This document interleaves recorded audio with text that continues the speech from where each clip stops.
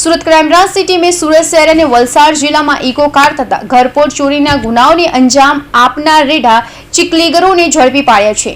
Crime branch team પેટ્રોલિંગમાં હતી ત્યારે બાતમીના આધારે સુરત શહેર અને વલસાડ જિલ્લામાં ઇકો કાર તથા ઘરફોડ ચોરી મળી 14 જેટલા ગુનાઓ આચરવાના ગુનામાં સંડોવાયેલા ચીકલીગર ગેંગના આરોપી મોહન ઉર્ફ બીડી, ગુરમુખસિંહ જૂની, સતવીર સિંહ ઉર્ફ સત્તુ, બળવંત સિંહ ટાંક તથા ત્રિશુલ સિંહ ઉર્ફ અનિલ સિંહ કપૂર સિંહ દુધાની ઝડપી પાડ્યા હતો।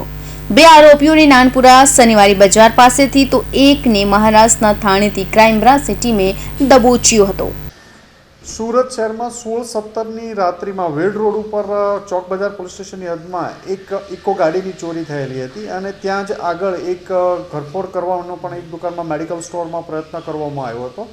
ત્યારબાદ પોલીસે માહિતી મેળવતા બીજે દિવસે આ ઇકો ટ્રેક કરતાં સુરત શહેરમાંથી બહાર નીકળી ગયેલી હતી અને વલસાડમાં વેરીફાઈ કરતાં વલસાડ, વાપી, ભીલાડ, વલસાડ રૂરલ અલગ અલગ જગ્યાએ 14 જગ્યાએ ઘરફોડ ચોરીના દુકાનોમાં ચોરીના પ્રયત્નો કરવામાં આવ્યા હતા અને અમુક જગ્યાએથી એમને મુદ્દામાલ પણ થોડો ઘણો મળી આવ્યો હતો।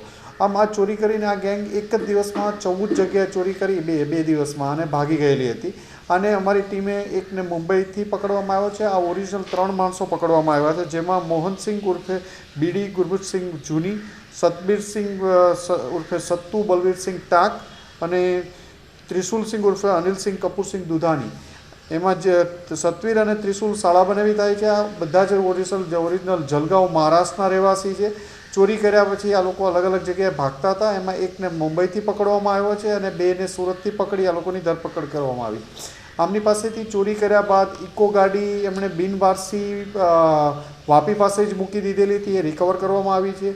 આ ઉપરાંત એમની પાસેથી અમુક ચાંદીના દાગીના અને એવું પણ મળી આવ્યું છે જે ઘરફોડમાં ગયેલું છે અને આ અગાઉ સતબીરસિંહ મહારાષ્ટ્રમાં 14થી વધુ ગુનાઓમાં ઘરફોડ, આર્મ્સ એક્ટ વગેરે ગુનાઓમાં પણ પકડાઈ ચૂક્યો છે।